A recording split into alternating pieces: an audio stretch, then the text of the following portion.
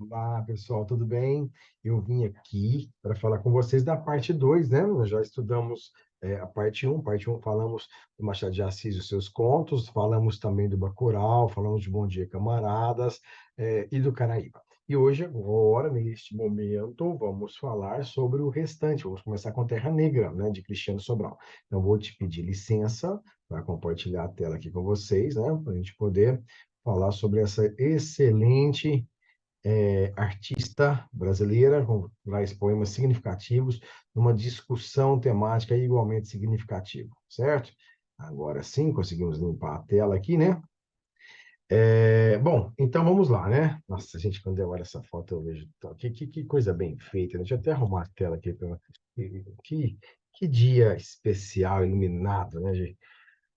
Ai, ai, vamos lá, né? Obras literárias, sem mais delongas, Cristiane Sobral, Terra Negra. Cristiane Sobral é uma artista jovem, né? Uma artista que vai escrever, ela é atriz, e vai escrever sobre várias nuances da mulher negra. Quando eu falo diversas nuances, a gente pode trabalhar uma teoria que a gente chama de intersecção.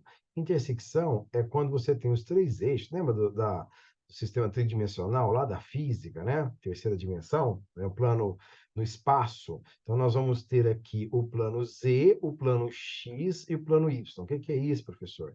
Ó, imagine que uma pessoa ela nasce sob o gênero do feminino. Com certeza aqui no país, né? Ela já vai ter muita dificuldade, porque as oportunidades são diferentes para as mulheres, né? Infelizmente, a gente vê isso na política, né? Na Câmara de Vereadores da sua cidade, no STF, né? Na Câmara de Deputados, senadoras, presidentas, né? A gente vê cada vez, não só no Brasil, né? Mas acho que em todo o mundo. Então, nascer mulher já é uma dificuldade a ser superada, tá? Veja, a mulher não é o problema é como a sociedade trata a mulher, né? Se eu penso agora que essa mulher nasce negra, aí nós vamos ter uma segunda intersecção aqui, né? Ela já nasce com outro ponto a ser discutido sobre a sua ascensão, a sua afirmação, a sua construção de feminina enquanto mulher negra. E aqui a questão do eixo Z, vamos colocar aqui uma questão econômica, se ela nasce pobre. Então, esse eixo de interseção aqui, ele abarca três situações muito complicadas. E essas situações, do ponto de vista da sociologia, elas são estudadas por Patrícia Rios, que é uma socióloga, por Butler, Judith Butler, dá para você ler aí? Judith Butler, não, não, deixa eu apagar, ficou feio, né? Vamos fazer bonitinho. Judith Butler e Zélia Gonzalez, a última é brasileira, tá? Essa aqui é brasileira. Essas três trabalham, então, uma teoria que você pode usar, inclusive como repertório cultural nas suas redações, chamada de interseccionalidade, né? Tudo, vou escrever um lugar mais apropriado. Vamos escrever aqui em cima, ó. Interseccionalidade cultural. Então, essas três, então isso aqui não é invenção minha, tá? Interseccionalidade cultural é uma teoria que essas mulheres tentam explicar a condição de ser mulher, negra e pobre. Então, os poemas de Cristiano Sobral, eles são 75 poemas dessa coletânea. E ela escreve corrido, né? Do poema 1 até o 75. Eu, por livre, espontânea encheção, vamos dizer, intromissão na obra dela, eu dividi essa obra dela em quatro temas. Então, eu dividi no tema a África, então, como é que ser mulher descendente de africana, a África é a mulher-mãe. Então, tem poemas em que ela se demonstra grata a essa origem. Ela não nega a questão de ser negra. Ela sabe da dificuldade, mas ela fala, então, de uma postura decolonial. Esse termo decolonial também é um termo da sociologia que mostra que não adianta mais você tentar aclamar a África ou exaltar as origens sob o ponto de vista daquela ideia de colonizado, de escravizado, tal. Quer dizer, nós já fomos descolonizados, daí a expressão decolonial, e nós temos uma outra formatação de cuidado com o negro agora, né? Então, a escravidão real, ela terminou, nós temos os restos disso, que é o preconceito, o trabalho análogo à escravidão, nós temos uma condição de trabalho menor. Recentemente, inclusive, acho que hoje eu ouvi na Rádio Jovem Pan falando que nos Estados Unidos a política de cotas foi revogada, a política de cotas que, segundo Joe Biden, presidente dos Estados Unidos, uma vitória da condição do negro na sociedade, ela acabou de ter sido considerada inconstitucional para o Estado americano. Ah, então os negros não vão poder mais ter as cotas nas universidades? Não, não vão. O impacto é só na universidade? Não, não é. O impacto é também em como as empresas, porque as empresas eram obrigadas também a contratar pessoas negras como parte de cotas, também agora não são mais obrigadas a contratar. Isso vai impactar na forma como os produtos são vendidos, as empresas contratam pessoas, a quantidade de pessoas que vão dar uma universalidade cultural para a própria instituição acadêmica, que é a Universidade dos Estados Unidos, e isso vai chegar no Brasil. Então, essa história da negritude, ela é contada por Padre Antônio Vieira nos seus sermões, ela é contada por Gregório de Matos nos seus textos, ela é contada no arcadismo por Tomás Antônio Gonzaga em Marília de Dirceu, ela é contada por Castro Alves no romantismo, ela é retratada em vários contos, eu já falei até aqui do Machado de Assis, ela também é revisada por Gilberto Freire em Casa Grande e Senzala. Ela é agora redefinida como uma coisa positiva, a questão do negro e da miscigenação, como a Cunaíma, o herói sem nenhum caráter, que aí o modernismo vem trazer a ideia de que a miscigenação é uma coisa positiva. Não é legal, não é imoral, e é pelo contrário, é o que há de melhor que a gente pode oferecer para toda a comunidade mundial, né? A nossa identidade, né? E aí a gente vai falando de Racionais MC, de Marcelino Freire e vários outros. Então, a Cristiano Sobral, ela não fala sozinha nesse assunto, ela carrega toda essa história, né, de literatura engajada para a causa negra. Usa até um vocabulário chamado de negritude, né? Negritude é um adjetivo positivo para se referir a tudo que vem dessa condição do negro, e inclusive até o vocabulário, né? Conceição Evaristo defende, por exemplo, a questão de português, o português é a versão negra do português, que tem vocabulários que são só deles, né? Que precisa estar na comunidade para entender a gíria, a forma de agir, como cuidar do cabelo, da pele, né?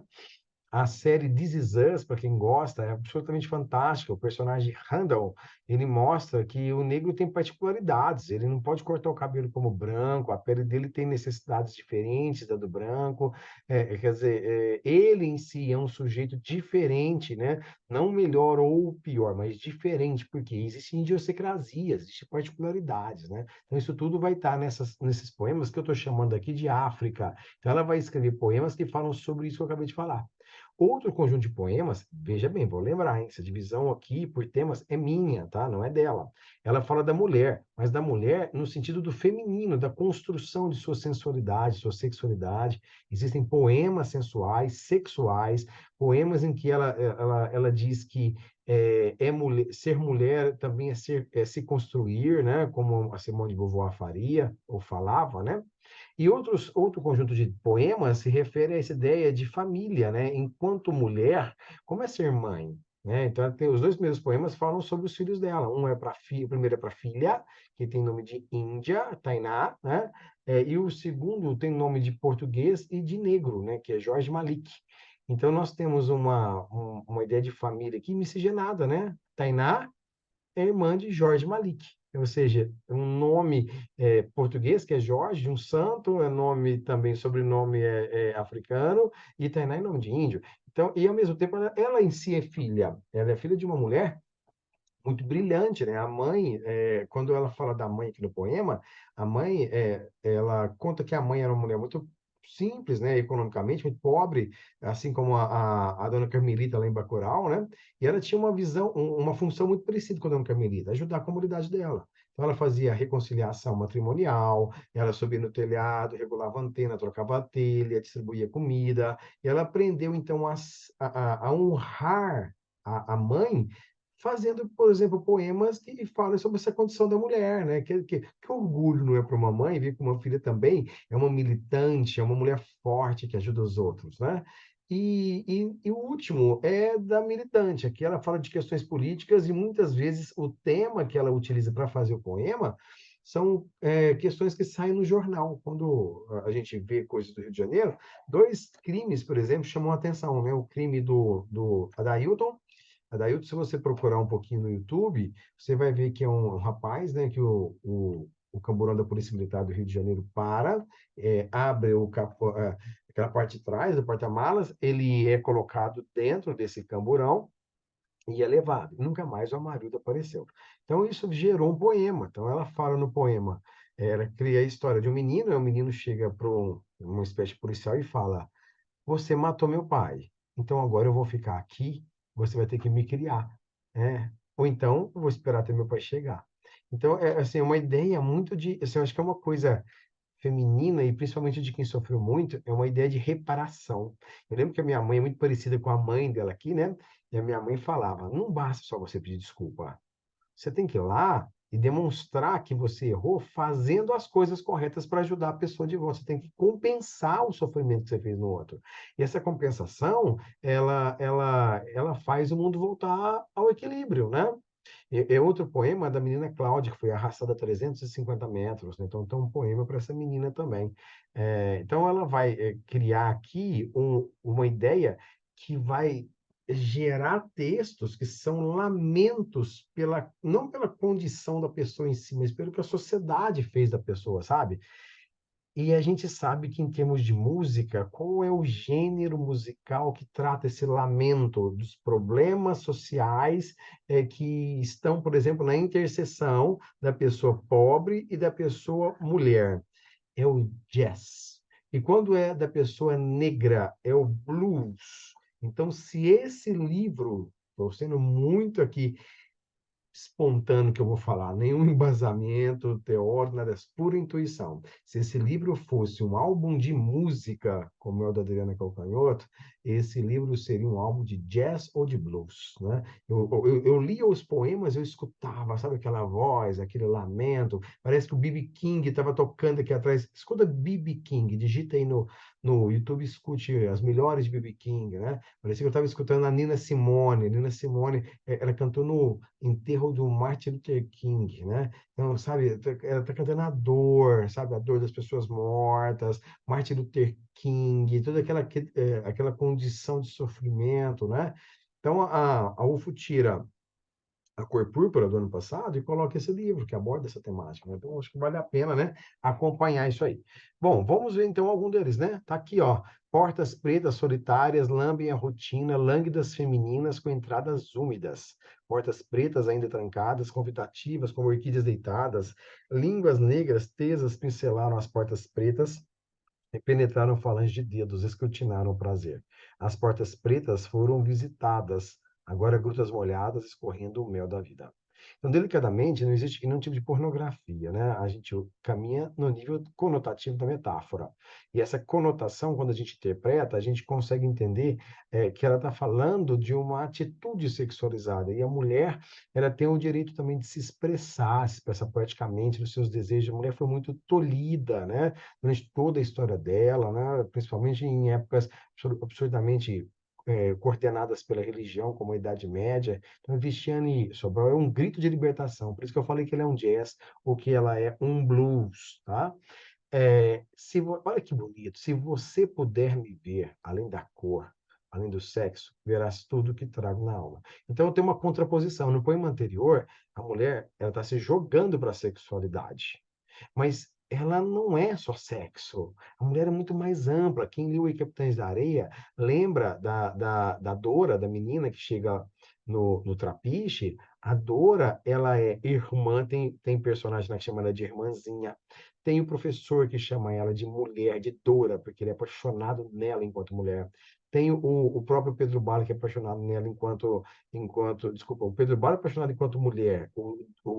professor apaixonado enquanto essência, né? Nós temos outro que vê nela uma mãe, né? Uma mãezinha, irmãzinha, mulher, companheira. Quer dizer, a mulher ela é múltipla. Então, se no poema anterior havia a mulher construída em torno da liberdade sexual, da possibilidade do prazer, aqui existe uma mulher que está dizendo para a pessoa com quem ela se relaciona, cara, não é só isso. Isso faz parte da vida, é uma energia muito bacana, mas olha para mim, e isso serve para todo mundo, inclusive que não se relaciona com ela, porque os homens passam na rua e assoviam para as mulheres, buzinam, mexem. Então ela está dizendo não só para aquele parceiro individual que ela está vendo na frente dela, ela está falando para toda a comunidade masculina. Ela está dizendo, olhe, e aqui como ela não coloca a cor negra, serve para qualquer mulher também.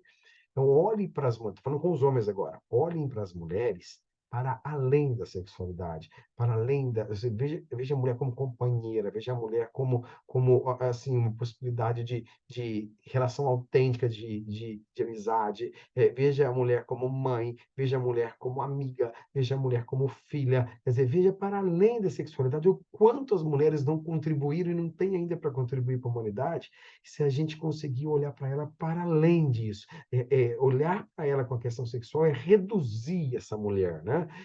Então ela não quer sexo? Quer também, mas tem um momento, né? Ela não é só o sexo, né? Ela não é só o nascimento de Vênus, lá do Sandro Botticelli, ela não é só a concha com ela no meio, no centro, toda nua, esperando um homem. Não, não.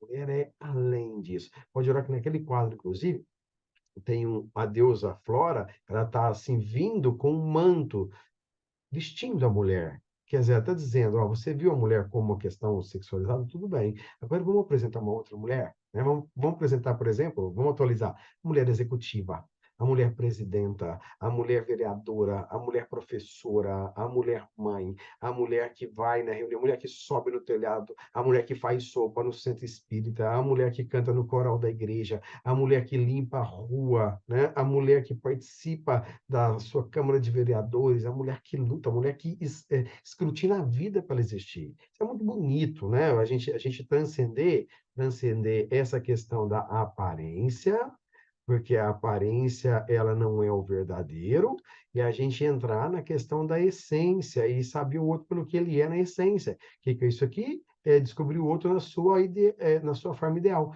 É Platão, né? Teoria platônica. Isso é uma poesia romântica, né? Ó, faz muito trocadilhos, então eu tenho lutar, verbo lutar, luto como substantivo, falo como substantivo e falo como verbo.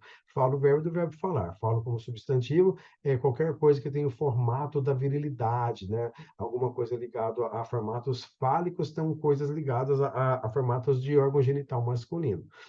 Então, ela faz muito também esse trocadilho. Eu não posso usar muitos poemas aqui em respeito à própria artista, mas convido você a ler a obra, tá? E aí ela diz, ó, olha que poema bonito. Justiça é o título. Lá no céu não encontrei Princesa Isabel. Olha, um haikai, né? Não encontrei Princesa Isabel, é para você completar aí, né? O que é um haikai? É um poema de 3 versos, né? E ela está dizendo que lá no céu não há Princesa Isabel. Por quê? Porque a Princesa Isabel ela é jogada nos livros didáticos como uma salvadora da causa negra, libertando os negros. E aí o sujeito que escreve o livro didático às vezes esquece de lembrar que a Princesa Isabel não libertou os negros por amor a eles, mas libertou os negros para atender um pedido da Inglaterra. A Inglaterra trouxe a família de Dom João VI para cá, em troca, viraram parceiros econômicos, e a escravidão é incompatível com o capitalismo que eles queriam propor. O capitalismo precisa de trabalhador livre, com salário para comprar os produtos que eles queriam exportar. E aí, então, a princesa Isabel assina a Lei Áurea, né, para poder satisfazer esse desejo inglês. Por isso que ela está dizendo, lá no céu não encontrei Princesa Isabel. Então, às vezes, tem muitos poemas que a gente vai ler que são bobinhos, mas de repente você conecta ele no preceito histórico, perdão, em algum recurso filosófico, como Platão, como a história do Brasil, você vai ver que são poemas grandiosos. Como esse aqui, ó. Açúcar branco não é bom. A gente sabe que o açúcar bom é o mascavo, e o mascavo é um açúcar escuro. Então a gente sabe que o escuro é que é bom.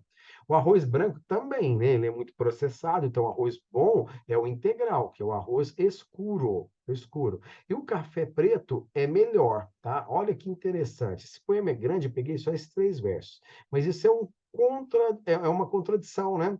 Não só da linguagem, mas de toda a sociedade, tá? Olha o que ela está dizendo para nós. Ela está dizendo que a gente deixa de comer o arroz bom, porque o arroz é escuro e a sociedade não quer se aproximar do escuro. Então ela se aproxima do branco, mesmo o branco sendo pior que o preto. Viu aqui? A sacada, que bonito, gente. Que sensibilidade para enxergar isso, olha só. E aqui ela fala que o arroz, que o açúcar branco é a mesma coisa. A gente, em vez de usar o açúcar mascavo, que é o bom, a gente se afasta do bom porque ele é preto. E vamos se aproximar do branco, mesmo ele sendo ruim, justamente porque é uma questão de preconceito. E então, aqui no final, o que ela está querendo dizer? Ela está querendo dizer que você só toma café preto porque não existe o branco. E o dia que inventarem um café branco, ninguém põe a boca mais no café preto. Nossa, é muita tristeza nas camadas de interpretação desse texto, né? É isso, essa é muita competência linguística. Então, se você conseguir chorar, talvez ainda esteja aqui. Não se engane com os falsos risos, que nada fazem para a nossa gente. Questão 1. A partir do texto lido e do projeto proposto pela obra Terra Negra, de Cristiano Sobral, assinar a alternativa que indique o melhor referente para aqueles que emitem falsos risos. Vamos lá no poema? Não se engane com falsos risos, que nada é fácil. Quem não faz nada pela nossa gente? É aqueles que riem de forma hipócrita. Quem não faz nada pela nossa gente são os brancos. Então eu tenho que achar alternativa que fale exatamente dos brancos, né? Então vamos lá. Letra A. Os produtores de ideologias que tentam inverter a ótica do preconceito a que as negras vivem no Brasil. Tá falando, será que das negras nesse poema? Será que dá para fechar só com esse gênero? Letra B. Os sujeitos que fabricam a ideia de superioridade das rastas. Será que isso aqui eu posso colocar como sinônimo de brancos? Se eu puder colocar, seria essa a resposta, não é? Letra C. Os índios que viviam vítimas de igual preconceito são homenageados pela autora. Tem poemas lá que falam de índios, de índias. Tá? Então, aí, as índias viúvas, as índias sozinhas, quer dizer, uma homenagem a Potira, por exemplo, que é uma índia que também enfrenta a dificuldade de ser índia, né? Mas não é o caso desse que está aqui. Então, lembremos que a resposta correta tem que estar aqui, né? D. Os negros que, ao virarem as costas para a história, alinharam seu capitalismo estadunidense. O que, que você vai assinalar? Ok? Os sujeitos que fabricam a ideia de superioridade, que são os brancos, como a gente já havia falado. Certinho? Passando para frente, vamos para o Verdugo, excelente obra de Hilda Hilst. Hilda Hilst ela vai produzir durante a ditadura militar, então a obra dela vai ser uma codificação de todo um processo que é contrário à ditadura. Então vai ser uma obra engajada, uma obra de protesto, não é uma obra de comédia, como o Noviço do ano passado, tá? Aqui é uma obra politizada, ela tem uma função social. E a função social é justamente de condenar as forças hierárquicas verticalizadas, aquelas que vêm de cima para baixo da sociedade brasileira. Por isso que os personagens não têm nome. O Verdugo, por exemplo, não é o nome do personagem, é o nome do cargo dele. Verdugo é um carrasco. Então eles criaram aqui um carrasco que tem a função de matar um condenado, um réu. Só que o réu nem aparece pouquinho, lá no final da obra. O réu, na visão do Verdugo, foi injustiçado. Não deveria ser condenado à morte. Só que o Verdugo não é pago para julgar, ele é pago para executar. O julgamento já foi. O que que ele verifica? É que os caras que fizeram o julgamento, que são esses juízes aqui, ó, eles são corruptos, porque eles não apresentam a causa da condenação. Eles falam simplesmente que o condenado tem que ser morto porque falou demais. Ah, quando falou isso, na minha cabeça, quem na sociedade brasileira foi morto por falar demais, na sociedade mundial? A hora que eu falei isso, para mim, eu veio na minha boca Sócrates. O julgamento de Sócrates gente, ele foi condenado, alegando, a acusação alegou que que ele não acreditava nos deuses. Ele mesmo disse, como eu comecei a filosofar depois que um amigo veio lá do oráculo e falou que eu sou o homem mais sábio do mundo. O oráculo que colocou isso em mim e eu passei a investigar essas coisas. Como? Eu estou seguindo aquilo que o oráculo falou. Ah, mas você foi professor dos jovens e você estimulou eles a serem rebeldes, questionadores. Professor? Não, você está enganado. Professores são os sofistas. Não, eles disseram, você ensinou os jovens. Não, não, o professor é o que recebe. Eu não cobrava, eu conversava. Então, eu não sou professor de ninguém. A acusação aqui é mequetrefe. E assim, Sócrates foi condenado à vida. Outro que morreu, vou falar demais, foi um carinha que você já ouviu falar, chamado Jesus Cristo. Jesus Cristo peitou César, dai a César o que é de César e a Deus o que é de Deus. Pô, mataram o cara, crucificado, tal, né? Outro carinha que falou demais e peitou o sistema chama Tiradentes. Outros carinhas que peitaram o sistema durante a ditadura, na qual a Hilda Hilst está inscrita, também foram mortos ou exilados. Caetano Veloso foi um, Chico Buarque foi morar fora do Brasil, mesmo sendo protegido pela própria influência do pai, que é o Sérgio Buarque de Holanda. Na ditadura do Vargas, o Jorge Amado foi morar no Chile. Nós tivemos Vladimir Herzog. Vladimir Herzog é um jornalista que aparece na cadeia e a causa-morte dele fala que é suicídio.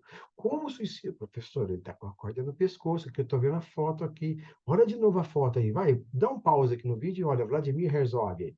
Viu que ele está com os pés no chão? Como que a pessoa pode se matar enforcada tanto com os pés no chão? Para alguém se matar enforcado, os pés têm que estar no ar, a pessoa tem que estar no ar, né?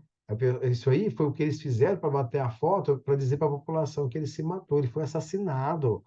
Ah, professor, então o senhor está contando a verdade para a gente? Tô. Então toma cuidado, você pode morrer também. A todo momento no Brasil, as pessoas, vou falar até baixo, as pessoas que falam muito estão fadadas a sofrer um cerceamento, uma prisão, uma apagar de arquivo dela mesma, tá? Você não percebeu que nas escolas que você estuda, todo mundo manda você calar a boca e só o professor fala. Você vai numa igreja, o padre manda você calar a boca e só ele que fala. Você vai num banco, todo mundo está em silêncio. Você fala alguma coisa bacana, teoria que você aprendeu em casa, sua família diz: cala a boca, você é só um caçula. Onde é que você aprendeu isso? Fica quieto. Ou seja, a sociedade foi programada para a gente seguir rebanho em silêncio, sem discutir nada. O que fala muito vai sofrer demais, que é o que acontece nessa obra. Então, o Verdugo, ele não quer matar porque ele sentiu tudo que eu falei para você. Sentiu que está tudo errado, que o sistema tem que ser refeito. O que, que a mulher dele faz? Deixa, então, que eu mato. Eu tenho a mesma altura dele, eu visto a roupa dele, eu visto aquela carapuça, eu vou lá e mato. Por quê? Eu quero dinheiro. Então, a mulher dele é prática, ela quer dinheiro, ele é sensível. Sensível. Para acompanhar isso, a filha é prática, ela também vai apoiar a mãe, e o filho vai ser sensível, vai acompanhar o pai. Tá? Os juízes, então, vendo que ele não quer matar, eles vão até a casa dele, prendem o Verdugo e o filho amarrados, enquanto a mulher vai matar o condenado lá de fora, lá na praça, né? E eles vão matar um dia antes do combinado, porque a multidão também não queria que o cara morresse, porque o cara era sensível, o cara ensinava sobre esperança, o cara ensinava sobre cuidar bem do outro, o cara sobre. Foi isso que esse cara falou. O cara falou sobre ética, sobre as pessoas terem que amar o próximo, as pessoas terem que ajudar os outros a comerem, as pessoas terem que se respeitar. Esse cara que incomodou. Professor, mas o Brasil mata pessoas assim, o mundo mata gente assim. Lembra do triste fim de Policarpo Quaresma? Policarpo era doce, foi fuzilado no muro, né? Muito bem. Então, como que acaba a história? Eles se desamarram, vão até a praça, contam para toda aquela multidão que eles estão sendo enganados, que o verdugo não é o verdugo, é a mulher. E aí, ao falar demais, quem que vai ser morto? O verdugo. Então, o verdugo é que vai morrer, né? Aí, logo depois, morre o condenado, os dois morrem. Então, quem que morre no Brasil? As pessoas doces e as pessoas que falam sobre coisas importantes para melhorar a sociedade, tá? E aí, como é que termina? Termina o filho que aprendeu uma lição importante. Aparecem os homens coiotes, né? Os homens coiotes são homens que representam esses animais que são predadores. Eles representam a frieza de um movimento subversivo contrário ao sistema. Mas eles agem como lobos, né? Eles têm garras, eles falam baixo, eles só olham, observam primeiro, atacam na surdina, não fazem, ou seja, eles não falam, eles não falam. Então, para você melhorar o sistema, qual é a mensagem? Você não pode gritar, está errado, fazer revolução, não melhora o sistema. Para você melhorar o sistema nessa obra, você tem que se afastar do sistema, olhar por cima, ser suspenso a ele, de repente você desce, vai lá e melhora uma pontinha, volta, sem fazer alarde, sem fazer muito barulho, tá? Muito bem, tá? Então tá aqui o primeiro ato, ó, é numa casa simples. Deixa eu ver aqui. Ó, é numa casa simples. Olha, eu me apaguei aqui, gente, ó. É uma casa modesta em que começa a história, no segundo ato eles vão lá para a praça. Essa casa simples na vida do interior, não falo o nome, nada tem identificação aqui para ser uma síntese à crítica, né? Se ela revela o nome de alguém, por exemplo, ela pode ser responsabilizada, né? A própria autora, né? E essa simplicidade lembra o quê? Lembra essa vila simples lá de Bacurau, em que tudo acontece de forma errada. Então, Bacurau também tem uma função social, e aqui também. Então, aqui no primeiro ato, ó, a filha diz: Ah, tudo bem, né? E depois fogo em todo mundo, fogo, só isso. Aqui a filha fala isso, mas não houve mortes, né? E aí o filho retruca: Ninguém quer que ele morra. E o pai defende: O homem tem um olhar, e não sabe definir, porque o verdugo é duro, é bruto, programado para matar. O outro é sensível, delicado. Então, ao adquirir a sensibilidade, lá na frente ele vai qualificar esse olhar como um olhar doce e tal. E aí fica a temática da obra entre to kill or not to kill, that is the question. O que quer dizer isso, né? Deve ou não executar a ação. E aí fica uma questão ética, bem estilo machadiano. A função dele não era matar, então ele tinha que matar. Pronto, você foi um homem prático ao falar isso para mim. Mas às vezes, mesmo sendo a sua função, tem coisa que você não pode fazer, né? Por exemplo, a minha função é ser motorista. Eu tenho que chegar e entregar mercadoria na outra cidade. No meio da rua, no meio da rodovia tem lá um protesto com 20 pessoas atrapalhando a pista, interditando a pista. Se eu pensar que eu tenho que cumprir minha função, eu vou atropelar todo mundo e vou entregar a mercadoria lá. Então, será que mesmo sendo motorista eu tenho que fazer tudo? Mesmo sendo carrasco, eu tenho que matar todo mundo, até aquele que eu não concordo? Eu sou professor. Será que se você dissesse para eu agir de uma determinada forma, eu deveria agir, mesmo eu sendo seu funcionário? Ou será que eu poderia dizer, não, isso eu não faço? Você faria tudo ou tem coisa que você não faz? Ah, você tem coisa que eu nunca faria. Então, beleza, você entendeu o verdugo. É isso, o verdugo está dizendo. Não está correto. Mesmo sendo minha profissão, não está correto. Eu não quero fazer isso, tá? Então tá aqui, né? Nós temos aqui o segundo ato. O segundo ato está dizendo, ó, lá na praça agora, né? Mas o que é isso? Ainda é noite, nem tocaram o sino, isso é proibido, safadeza. Só depois, quer dizer, eles mudaram a data de morte sem avisar ninguém. Então eles manipulam a lei toda hora, né? Fazem uma medida provisória e mudam o que eles querem, tá? Lembremos que isso aqui, ó, chama que está antes da fala, a gente chama de rubrica, ela substitui o narrador, né? Ela informa o cenário, ela informa sobre as condições da peça em si, certo? Muito bem, né? Agora vamos para o finalzinho. Então, no finalzinho, né? Nós temos aqui o homem coiote, né? Então, o filho se torna. O que é ser um homem coiote? Se tornar um homem objetivo, um homem que cresce diante da morte do pai, um homem que para de gritar como o pai gritava, ele percebeu que seguir os passos do pai levaria à morte, então ele teria que agir na ideologia do pai, mas com comportamento diferente, tá? Então ele é herdeiro dessa ideologia de resistência, então ele seria a metáfora da própria Hilda Hilst. A Hilda Hilst, ela está fazendo o quê? Ela está fazendo uma crítica ao sistema, ela é um homem coiote, né? Como diria a Cristiano Sobral, uma mulher coiote, tá bom? Então essa metáfora indica que ele lutará para e pela liberdade, certinho? Ó, então vamos lá, vamos ver o que a gente pode assinalar aqui como correto. Cenário alternativa incorreta sobre o The Hilst e o Verdugo. O Verdugo é a peça teatral em que os valores temáticos são polissêmicos. Há tanto a crítica ao momento atual, vivenciado pela autora, como a crítica que transcende o tempo. O teatro crítico da autora é o pioneiro em língua portuguesa. Como pioneiro em língua portuguesa, a gente teve, né, o José de Anchieta, que já escrevia em língua portuguesa, a gente teve os textos do José de Alencar, a gente teve o teatro Noviço do Martins Pena, né? Então isso aqui está fora, né?